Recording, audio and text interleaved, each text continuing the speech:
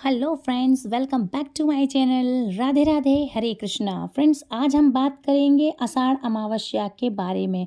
इस दिन विधि विधान के साथ किस तरह से क्या पूजा करना चाहिए, कैसे अर्घ देना चाहिए, पितरों का क्या तर्पण कैसे करना चाहिए। तो अनेक पापों से मुक्ति मिलती है इस दिन पितरों के तर्पण करने से। बहुत सी ऐसी चीज़ें होती हैं अमावस्या के दिन। तो चलिए शुरू करते हैं। आज है अमावस्या, तो आप सभी के लिए आषाढ़ अमावस्या की हार्दिक शुभकामनाएं। तो चलिए बताती हूँ आपको थोड़ी सी इंपॉर्टेंट जानकारी। तो फ्रेंड्स, अमावस्या पर पितरों का तर्पण करने से पितृदोष से मुक्ति मिलती है और मृत्यु के बाद यमलोक के कष्ट जो होते हैं वो नहीं सहने पड़ते हैं। धार्मिक मान्यता है कि अमावस्या तिथि पर पितृ पृथ्वी पर आते हैं। ऐसे में तर्पण करने से वे प्रसन्न होते हैं और अपने वंशजों को, जो उनके वंशज होते हैं, उनको आशीर्वाद भी दिया करते हैं।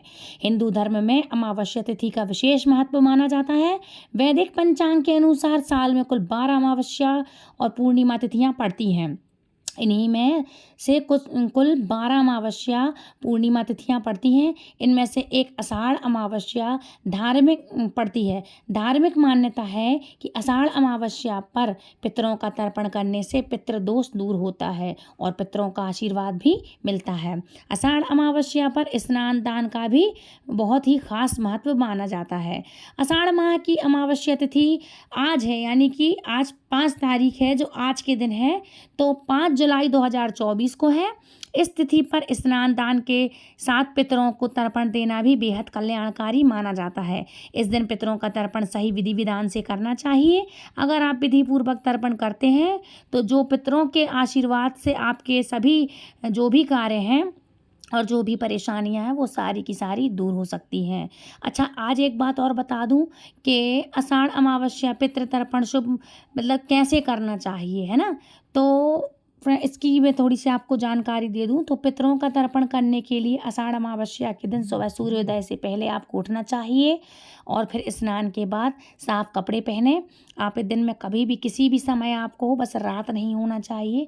सूरज ढलने के बाद नहीं, सूरज उगने से लेके सूर्य अस्त के कुछ समय पहले तक आप ये कार्य कर सकते हैं। तो पितरों का तर्पण करने के लिए आषाढ़ अमावस्या के दिन सुबह सूर्योदय से पहले उठना चाहिए। फिर स्नान आदि करके साफ वस्त्र धारण करें।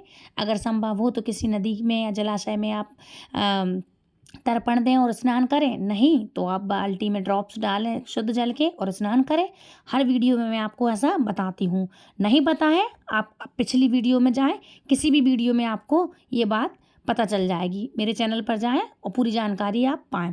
तो ऐसा संभव ना हो तो अपने घर की छत पर बालकनी में दक्षिण दिशा की ओर मुँह करके जल की कुछ बूंदें अपने हाथ में डालें और फिर इसके बाद आप उसमें पानी में डाल करके स्नान कर सकते हैं, और नहीं तो आप अपने ऊपर छिड़काव कर सकते हैं शुद्ध जल का। ठीक है। इसके साथ ही पुष्प अक्षत हाथ में रख करके सबसे पहले पितरों का आवाहन करें। फिर एक पात्र में जल लेकर के पितरों का तर्पण शुरू करें। तर्पण आपको कैसा करना है? आपको सबसे पहले अपने घर की छत पे या बालकनी में दक्षिण दिशा की ओर मुँह करके आपको खड़े होना है। कुछ बूंदें अपने हाथों में डालना है शुद्ध जल की, नर्मदा जल या गंगा जल। इसके बाद पुष्प अक्षत हाथ में रखकर सबसे पहले पितरों का आवाहन करें। फिर एक पात्र में जल लेकर के पितरों का तर्पण करना शुरू करें। और क्या बोलना है?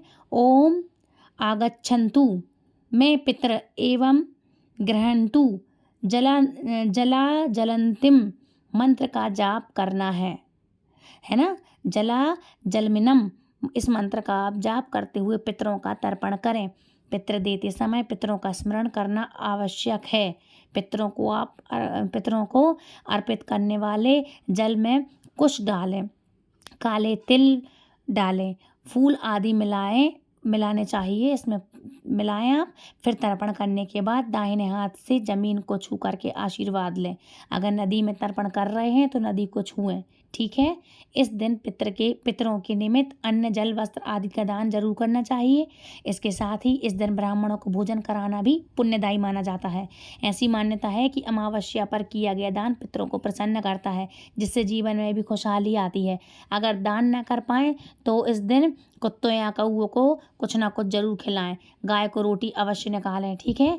अगर अपने पितरों का तर्पण देना चाहते हैं तो इसके लिए सबसे सही समय होगा सुबह का माना जाता है। सूर्योदय के बाद सुबह 9 बजे तक आप तर्पण कर लें, और नहीं तो दिन में आप किसी भी समय कर सकते हैं, जब आपका श्रद्धा अनुसार, जब आपको टाइम मिले तो कर सकते हैं ना।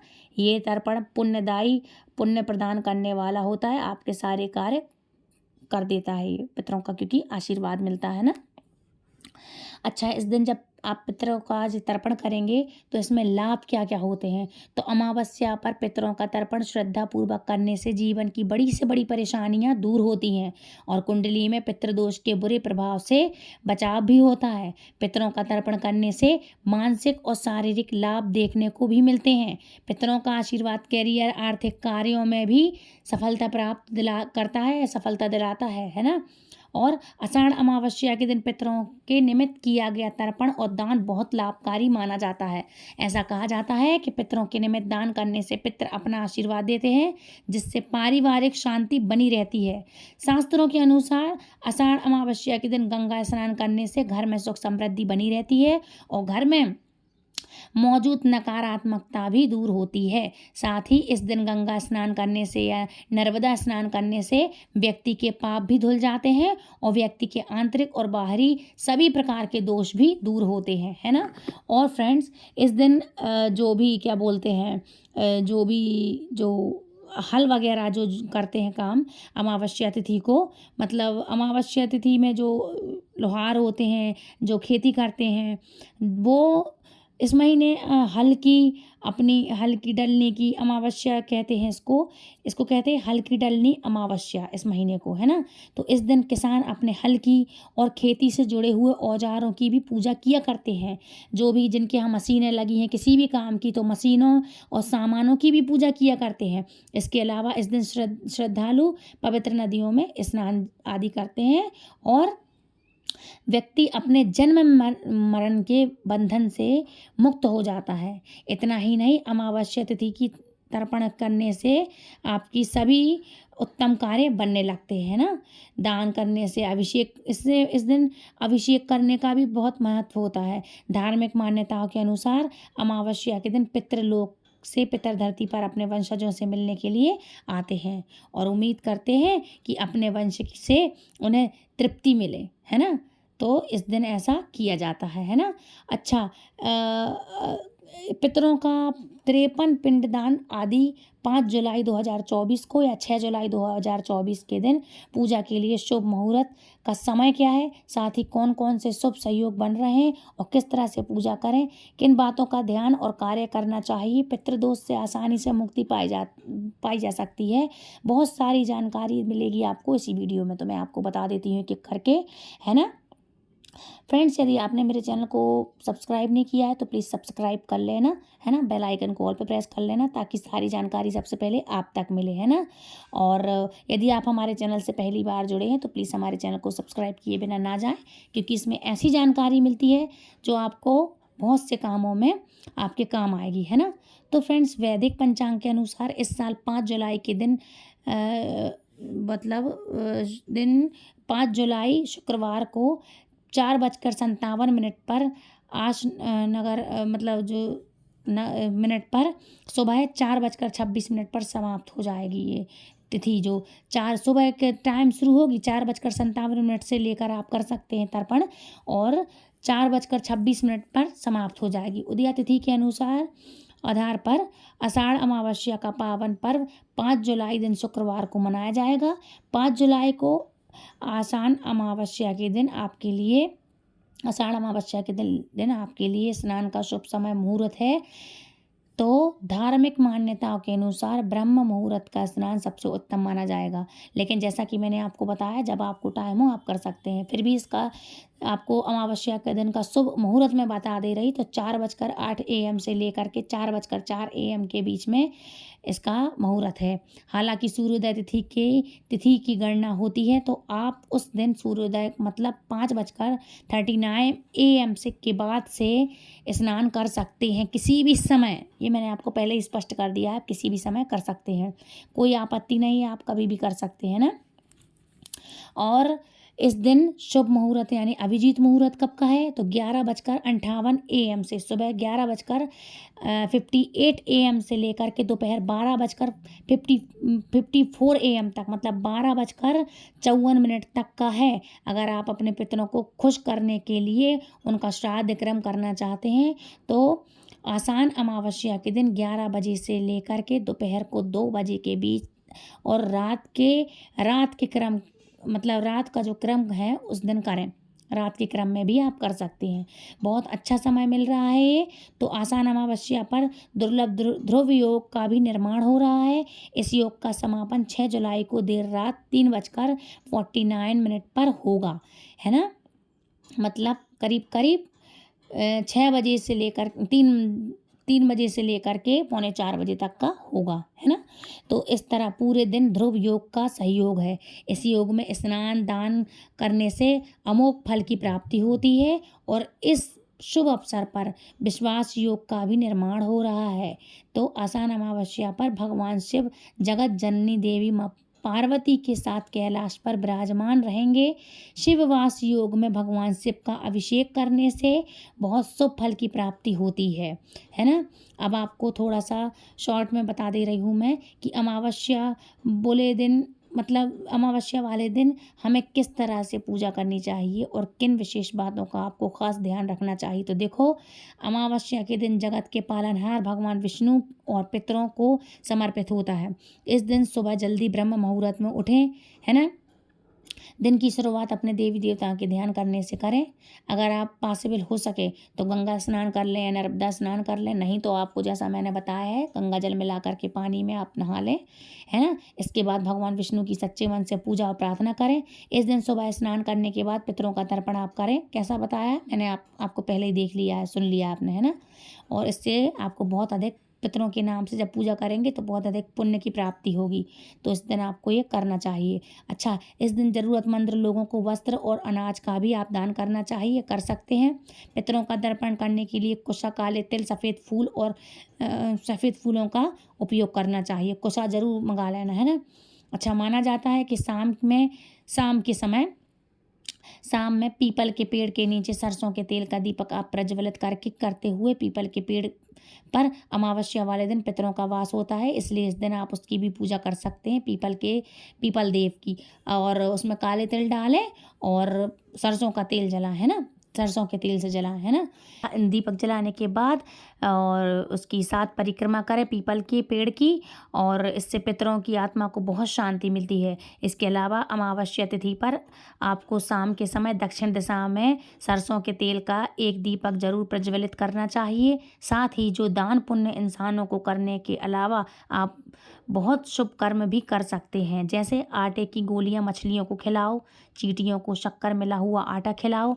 अमावस्या के दिन आटा दान करना बहुत अच्छा होता है, चाहे वो आप इंसान को करो या पशु पक्षियों को करो, है ना। अच्छा, एक रोटी एक और चीज़ में माना जाता है कि इस दिन नमक और चीनी का दान भी जरूर करना चाहिए। आसान अमावस्या पर आंवला, दूध, घी और दही, ये कुछ चीज़ें हैं, विशेष चीज़ें होती हैं जिनका बड़ा फल माना जाता है। इनको दान करना चाहिए। इनको दान करने से, तो ऐसा कहा जाता है कि इन चीज़ों का दान करने से आर्थिक तंगी भी दूर होती है। जिनको धन की कमी है, पैसे नहीं आ रहे हैं, तो आप ये सब करेंगे ना तो आपके यहाँ धन की आने के रास्ते खुलेंगे, धन लाभ के योग बनते हैं इससे। अमावस्या तिथि को शास्त्रों में बहुत ही नियम संयम का दिन माना जाता है, इसलिए इस दिन भूल कर भी किसी बुजुर्ग का अपमान बिल्कुल भी ना करें और किसी के साथ विवाद करने में, लड़ाई झगड़ा करने में, बिल्कुल भी बहस करने में ना पड़े। इन सब चीज़ों से बचें।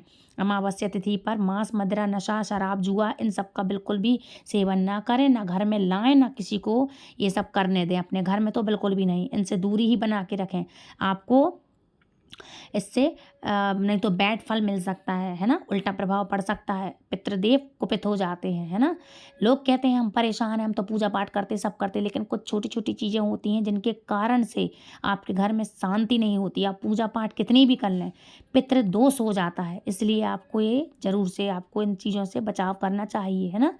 इसके अलावा आपके द्वार पर अगर कोई भिक्षुक आता है या रास्ते में आपसे कोई कुछ मांगता है, कुछ पैसे हैं या खाना है, कुछ भी मांगता है, कोई भी है गरीब इंसान है, कोई भिखारी आते हैं जैसे, तो उनको खाना अन्न जल ज़रूर से दान करें। चाहे 2 रोटियाँ अचार सहित दे दें, लेकिन दें ज़रूर, गुड़ रख के दे दें, गाय को रोटी दें। कोई किन्नर आ जाए तो उनको दें, आप उनको भगाएँ नहीं, है ना?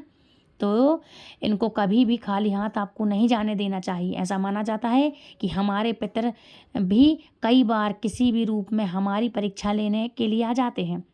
इसके अलावा किसी सुनसान जगह अकेले ना जाएं, खुले में किसी पेड़ के नीचे मतलब बाथरूम वाथरूम आप ना करें, ऐसी किसी भी जगह पे आपको नहीं जाना चाहिए। देखो ये तिथियां क्या होती हैं, तिथियां होती हैं जो ये बड़ी बड़ी तिथियां होती हैं। ऐसे में क्या है, नवरात्र भी शुरू होने वाले हैं, गुप्त नवरात्र। ऐसे में कोई भी किसी भी चीज़ का काला जादू है, तांत्रिक वगैरह है, ये सब कर सकते हैं। और ये अमावस्या है, अमावस पूर्णिमा है, ये बड़ी तिथियां कहलाती हैं। इसलिए कहा गया है कि कहीं भी किसी भी पेड़ के नीचे आपको यूरिन नहीं करना चाहिए, चाहे जेंट्स हो चाहे लेडीज़ हो।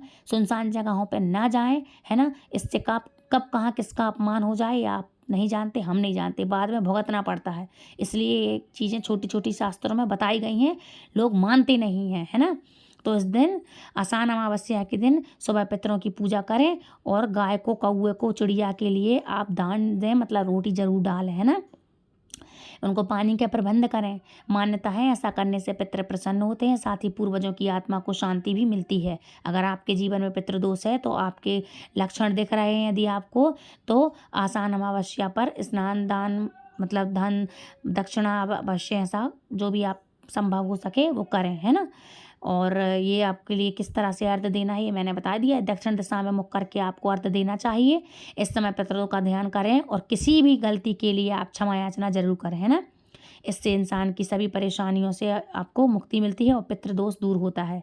इसके अलावा दक्षिण दिशाएं पितरों की मानी गई है, तो ऐसे में आसा अमावस्या पर घर की दक्षिण दिशा में सरसों के तेल का आप दीपक जरूर जलाइएगा, है ना। और इनसे भगवान से और पितरों से आशीर्वाद लेकर इससे आपके घर में सुख समृद्धि का अच्छा आशीर्वाद मांगे और इससे सुख समृद्धि शांति आपके घर में आती है ना। तो फ्रेंड्स, इस अमावस्या को देखो पितृ अमावस्या कहते हैं और आषाढ़ अमावस्या भी कहते हैं। आषाढ़ मास की जो अमावस्या होती है उसको आषाढ़ अमावस्या के नाम से भी जानते हैं और आषाढ़ अमावस्या के नाम से भी जानते हैं। तो फ्रेंड्स, ये थी आज की जानकारी। आई होप आपको पसंद आई होगी। यदि पसंद आई तो प्लीज़ वीडियो को लाइक शेयर कमेंट जरूर करें। चैनल सब्सक्राइब करना बिल्कुल ना भूलें। दूसरों तक ये शेयर जरूर कर सकते हैं ना। जो भी पानी देता है पितरों को, कुछ आसान सी चीज़ें हैं, टिप्स हैं जो नहीं पता है तो आप दूसरों को घर में किसी को भी आप शेयर कर सकते हैं, ताकि कोई किसी चीज़ को यदि भूल रहा हो तो हमारी वीडियो से जुड़ने के माध्यम से उनको ये चीज़ें याद रहें, है ना। तो मिलती हूँ ऐसी इंटरेस्टिंग जानकारी के साथ नेक्स्ट वीडियो में। तब तक के लिए फ्रेंड्स राधे राधे, हरे कृष्णा। और एक बात और बता दूं कि पितरों में यदि कोई भूल हो जाए तो ये ना सोचे कि भूल हो गई, लेकिन कुछ चीज़ें हैं, काले तिल हैं, कुछ है और सफ़ेद फूल, ये अवश्य से आप डालें। ध्यान रखें कि गलती ना हो, ये ज़रूर से आप करें, है ना। और ब्राह्मणों आदि को यदि आप भोजन करा रहे हैं तो ध्यान रखिएगा, ये कुछ चीज़ें हैं, उससे आपको क्या करना है, या तो मीठे में आप हलवा बनाएंगे तो खिलाएं या दान करें, नहीं तो खीर बनाएं तो गाय के दूध की ही खीर बनाना, ये बहुत इंपॉर्टेंट है। गाय का दूध यदि आपको पता है कि कहीं ना कहीं मिलावट का होता है तो भाई इससे अच्छा आप हलवा बना लें। कितनी मिठाइयाँ होती हैं जो बिना दूध के बनती हैं, तो आप वो बना लें। लेकिन यदि आपको बिल्कुल 100% श्योर हो आप कि ये गाय का दूध है, तभी आप उस दूध से खीर बनाएं, अन्यथा ना बनाएं। क्योंकि यदि आप पितरों के तर्पण के लिए यदि ब्राह्मणों को भोजन कराते हैं या दान में देते हैं दक्षिणा के रूप में कुछ भी, तो यदि आप खीर बनाएं तो गाय के दूध की बनाएं, अन्यथा ना बनाएं। हलवा बना लें, बर्फ़ी बना लें, बहुत सी चीज़ें होती हैं तो आप वो बना सकते हैं। ठीक है फ्रेंड्स, तो मिलती हूँ नेक्स्ट वीडियो में। तब तक के लिए राधे राधे, हैप्पी आषाढ़ अमावस्या, अच्छे से ये त्यौहार मनाना। राधे कृष्ण, हरि बोल।